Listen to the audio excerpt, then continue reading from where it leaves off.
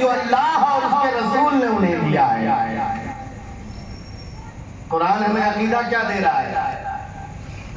کہ اللہ غنی کر سکتا ہے، رسول بھی اس کی عطا سے غنی کر سکتے ہیں۔ اللہ دینے والا ہے، رسول بھی اس کی عطا سے دینے والے ہیں۔ اللہ نعمت دینے والا ہے، رسول بھی اس کی عطا سے نعمت دینے والے ہیں۔ یہ قرآن کا دیا ہوا عقیدہ ہے۔ اور اعلیٰ حضرت نے اسی عقیدے کی ترجمانی کرتے ہوئے فرمایا تھا، رب ہے موتی یہ ہے قاسم، رب ہے موتی یہ ہے قاسم، ذکر رزق اس کا ہے کھلاتے یہ ہیں، رزق اس کا ہے کھلاتے یہ ہیں۔ تو ہمارا عقیدہ قرآن، حدیث اور اسلاف امت کے موافق عقیدہ ہے۔ تو اس عقیدے کو پا کر ہمیں چاہیے کہ ہم خوشی منائیں۔ اور دیکھیے چند روایات آپ کے سامنے رکھتا ہوں، اس سے آپ کو سمجھ آئے گا کہ یقیناً اللہ دینے والا ہے، اللہ دینے والا حقیقی ہے، اور میرے مصطفیٰ کریم ہی دیتے ہیں رب کی عطا سے، رب کی عطا سے میرے مصطفیٰ کریم بھی دیتے ہیں۔ جو یہ عقیدہ رکھے کہ رسول کچھ نہیں دے سکتے، یہ عقیدہ قرآن کے خلاف بھی ہے، صحابہ کے عقیدہ کے خلاف بھی ہے، اللہ کے فرشتوں کے عقیدے کے خلاف بھی ہے۔ بہت ہی مشہور واقعہ ہے حضرت ربیعہ بن کعب رضی اللہ تعالیٰ۔ آپ پیارے آقا صلی اللہ علیہ وسلم کو وضو کروایا کرتے تھے، وضو کے لیے پانی پیش کیا کرتے تھے، وضو کرواتے تھے، اور آپ کی عادت تھی کہ حضور صلی اللہ علیہ وسلم کی چوکھٹ پر اپنا سر رکھ کر کے سو جاتے کہ پتہ نہیں سرکار کب اٹھیں گے، کب آپ کو ضرورت ہوگی، کب آپ وضو کرنا چاہیں گے تو میں حاضر خدمت رہوں گا۔ اسی لیے آپ سرکار کے دروازے پر چوکھٹ پہ اپنا سر رکھ کے آرام فرماتے تھے۔ ایک دن دریائے کرم جوش میں تھا، آقا اٹھے، حضرت ربیعہ بن کعب آپ کو وضو کروا رہے تھے۔ آقا نے فرمایا سل ربیعہ، ربیعہ مانگ، کیا مانگنا چاہتا ہے؟ دریائے کرم جوش میں داتا ہے، اور یہ بات وہی کہہ سکتا ہے جو ہر کچھ دے سکے۔ کہا مانگ ربیعہ، کیا مانگنا چاہتا ہے؟ کہا یا رسول اللہ کچھ نہیں، بس جنت میں آپ کی مرافقت مانگتا ہوں، جنت میں آپ کا ساتھ ہونا نصیب ہو جائے بس۔ آقا فرماتے اور مانگ لے، کیا مانگنا ہے؟ کہا بس تجھ سے تجھی کو مانگ کر ہم نے مانگ لی ہے کائنات، مجھ سا کوئی گدا نہیں، تجھ سا کوئی سخی نہیں۔ یا رسول اللہ صلی اللہ علیہ وسلم بس ہمیں آپ کی موافقت چاہیے، آپ کی مرافقت چاہیے جنت میں، اس کے علاوہ اور کچھ نہیں چاہیے۔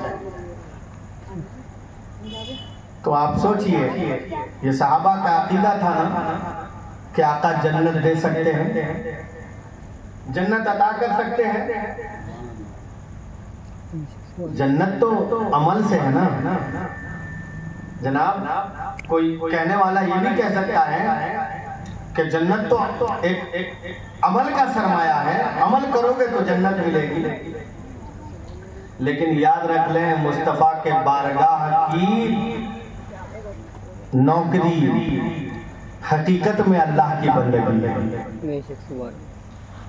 مصطفیٰ کے بارگاہ کی نوکری یہ حقیقت میں اللہ کی بندگی ہے۔ تو وہ جانتے تھے کہ ہم بارگاہ مصطفیٰ کے نوکر ہیں، تو ہم اللہ کی بندگی میں لگے ہوئے ہیں۔ اب مصطفیٰ مالک جنت ہے، مصطفیٰ سے اگر جنت مانگا جائے تو عطا کر سکتے ہیں، اور آقا نے عطا کیا۔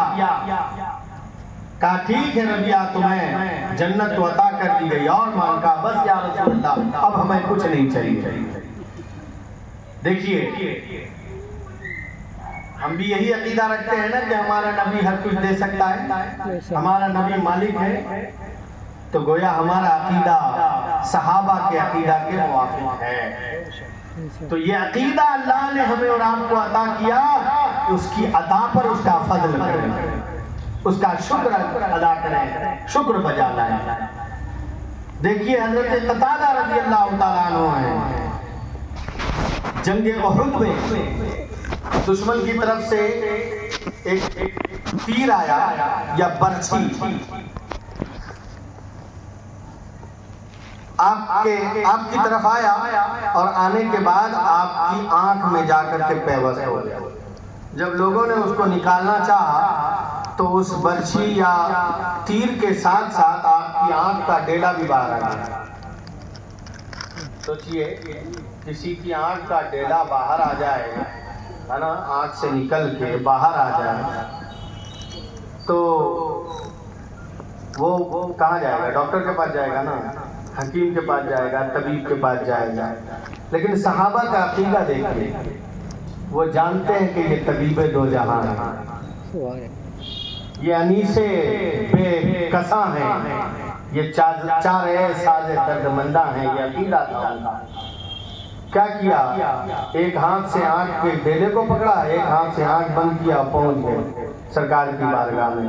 یا رسول اللہ صلی اللہ علیہ وسلم, دشمنوں کی طرف سے وار آیا اور اس وار کی وجہ سے میری آنکھ باہر ہو گئی ہے. آقا میں آنکھ لینے کے لیے آیا ہوں. عقیدہ تھا نا, عقیدہ تھا ان کا کہ یہ دے سکتے ہیں, تبھی تو آئے. کہا یا رسول اللہ آنکھ لینے آیا ہوں. آقا فرماتے ہیں کہ قتادہ تمہیں آنکھ چاہیے یا جنت؟ آنکھ چاہیے یا جنت چاہیے؟ عرض کرتے یا رسول اللہ صلی اللہ علیہ وسلم میں تو آپ کی بارگاہ میں آنکھ لینے کے لیے آیا تھا, مجھے اپنے مانگنے سے تو آنکھ ہی چاہیے. آپ نے جنت کی بات رکھ دی ہے, اپنی عطا سے جنت بھی کر دے, اپنی عطا سے جنت بھی دے دے تو بڑی بات ہے. میرے آقا صلی اللہ علیہ وسلم نے اپنا لعاب دہن لگایا, یعنی تھوک شریف. اب ان لوگوں کو سبق حاصل کرنا چاہیے جو یہ کہتے ہیں کہ نبی ہماری طرح ہے, جو کہتے ہیں کہ نبی ہماری طرح ہیں, ان کو اس بات سے سیکھ لینا چاہیے کہ حضرت قتادہ کی آنکھ میں مصطفیٰ نے اپنا لعاب دہن لگا کے حلقے سے لگا دیا تو فرماتے ہیں کہ پہلے سے زیادہ روشن ہو گئی, آنکھ پہلے سے زیادہ روشن ہو گئی. آج ہم اور آپ اگر کسی کی آنکھ میں ڈال دیں تھوک تو کیا ہوگا؟ اور آنکھ خراب ہو جائے گی, ہے نا. تو نبی کو اپنی طرح کہنے والوں ان کے لعاب کی طرح کوئی نہیں ہے. جس کھارا پانی میں مصطفیٰ کریم صلی اللہ علیہ وسلم اپنا لعاب ڈال دیں وہ پانی میٹھا ہو جائے, جس زخم سے لگا دیں وہ زخم اچھا ہو جائے. آنکھ سے لگا دیا, آنکھ میں روشنی آ گئی. کٹے ہوئے بازو سے لگا دیا, کٹا ہوا بازو درست ہو گیا. حضرت سیدنا ابو بکر صدیق رضی اللہ تعالیٰ عنہ, مشہور واقعہ آپ نے سنا ہے, غار کے اندر ہیں اور سانپ نے آپ کو ڈنک مار لیا, سانپ نے آپ کو ڈس لیا, سانپ نے آپ کو ڈس لیا. اس کا زہر اس طرح طاری ہوا آپ کے جسم پر کہ آپ کی آنکھوں سے آنسو بہنے لگے, اور مصطفیٰ جان رحمت کے رخسار پر جب وہ آنسو گرا, مصطفیٰ نے آنکھیں کھولی ہیں. میرے صحابی کیا ہوا؟ کہا یا رسول اللہ ایک سانپ ہے جس نے مجھے ڈس لیا ہے. یا رسول اللہ اس کا زہر ایسا ہے کہ میں برداشت نہیں کر پا رہا ہوں. آقا نے اپنا لعاب دہن لیا ہے اور اس ڈسے ہوئے جگہ پر لگا دیا ہے تو حضرت ابو بکر صدیق کو جو سانپ نے کاٹا تھا اس کا زہر اتر گیا. یہ تھوک کا کمال ہے, لعاب کا کمال ہے. تو پھر اس ذات کا عالم, اس ذات کا عالم کیا ہوگا جن کے طلبوں کا عالم یہ ہے کہ عرش اعظم بھی بوسے لیتا ہے. عرش اعظم تو دور کی بات ہے جناب, لامکان سے بھی آگے جن کا تلوہ بڑھے وہ مصطفیٰ جان رحمت صلی اللہ علیہ وسلم کا تلوہ ہے. ان کے تلوے کی بلندی کو کوئی نہیں پا سکتا ہے تو پھر ان کی ذات کی بلندی کو کوئی کیسے چھو سکتا ہے؟ تو ہمارا آپ کا نبی وہ ہے جس کو اللہ تعالیٰ نے سب سے بلند و بالا, سب سے عرفہ والا بنایا ہے نا. صحابہ کرام پیارے آقا صلی اللہ علیہ وسلم کو دیکھ کر صیام وصال رکھنا شروع کیا؟ صیام وصال, پے در پے روزے رکھنا شروع کیے. تو کمزور ہونے لگے. آقا نے پوچھا کیا بات ہے تم کمزور ہو رہے ہو؟ صحابہ کہتے ہیں یا رسول اللہ صلی اللہ علیہ وسلم ہم نے آپ کو صیام وصال رکھتا دیکھا تو ہم نے بھی رکھنا شروع کر دیا ہے. آقا آپ کی سنت پر ہم نے عمل کیا ہے. آقا فرماتے ہیں ایکم مثلی، تم میں کون ہے جو میری طرح ہو؟ کس کو کہا؟ کس کو کہا؟ صحابہ کی جماعت کو کہا، جن کا ایک سیر جو خیرات کرنا ہمارے پہاڑ برابر سونا چاندی خیرات کرنے سے افضل ہے. ان کو اللہ کے پیارے حبیب نے کیا کہا؟ ایکم مثلی، تم میں کون ہے جو میری طرح ہو؟ میں تو سب اپنے رب کی بارگاہ میں گزارتا ہوں، میرا رب ہمیں کھلا دیتا ہے پلا دیتا ہے. وہ ذات ہے میرے آقا کی کہ صحابہ ان کے مثل ہو نہ سکے تو پھر آج کا کوئی للو پنجو مصطفیٰ کے مثل کیسے ہو سکتا ہے؟ تو ہمارے اور آپ کے آقا صلی اللہ علیہ وسلم کی ذات بہت ہی بلند و بالا، بہت ہی عرفہ والا. ان کے مثل نہ دنیا میں کوئی ہے، نہ تھا اور نہ کبھی ہو سکتا ہے، کبھی ہو بھی نہیں سکتا ہے نا. کسی شاعر نے کہا ہے ایک دن کہنے لگے جبریل سے شاہ امم، تم نے دیکھے ہیں جہاں بتلاؤ تو کیسے ہیں ہم. روح الامین بولے اے ماہ مبین تیری قسم، ہما فاقہا گردیدام مہرے بتاؤ ورزیدام بسیار خلوا دیدام، لیکن تو چیزیں دیگری. میرے آقا صلی اللہ علیہ وسلم نے جبریل سے پوچھا جبریل بتاؤ تم نے تو بڑے بڑوں کو دیکھا ہے، حضرت آدم سے لے کر کے حضرت عیسیٰ تک سب کو دیکھا ہے تم نے، بتاؤ ہمارے جیسا تم نے کسی کو پایا؟ تو کہتے ہیں یا رسول اللہ صلی اللہ علیہ وسلم ہم نے بڑے بڑوں کو دیکھا، حضرت یوسف کا حسن بھی ہم نے دیکھا ہے، بڑے بڑے تاجوروں کے تاج بھی ہم نے دیکھے ہیں، لیکن یا رسول اللہ آپ جیسا ہمیں نہ کوئی نظر آیا، نہ آسمان میں نہ زمین میں، کہیں نہیں. تو ہم اس نبی کی امت ہیں، ہم اس نبی کے چاہنے والے ہیں جس نبی کو اللہ نے سب سے بلند و بالا بنایا.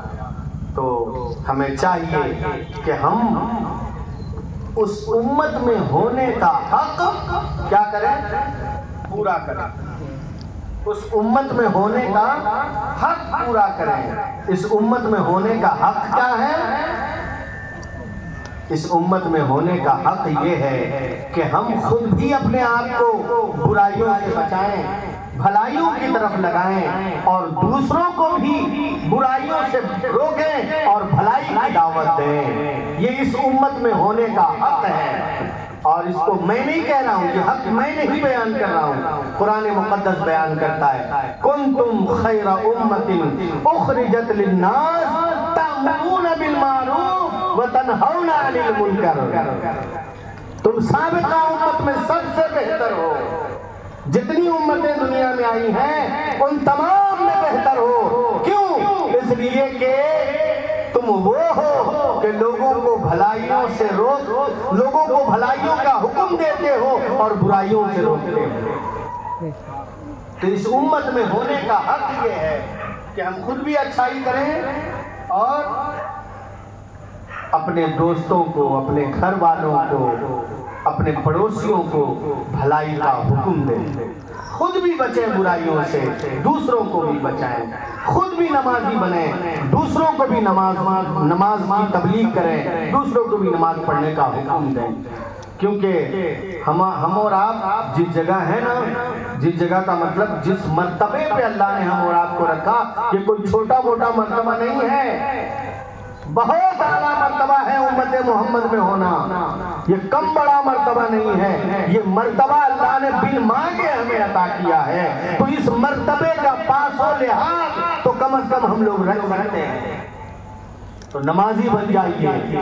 پیارے نبی صلی اللہ علیہ وسلم کا اتباع کرنے والا بنیے، ان کی پیروی کرنے والا بنیے.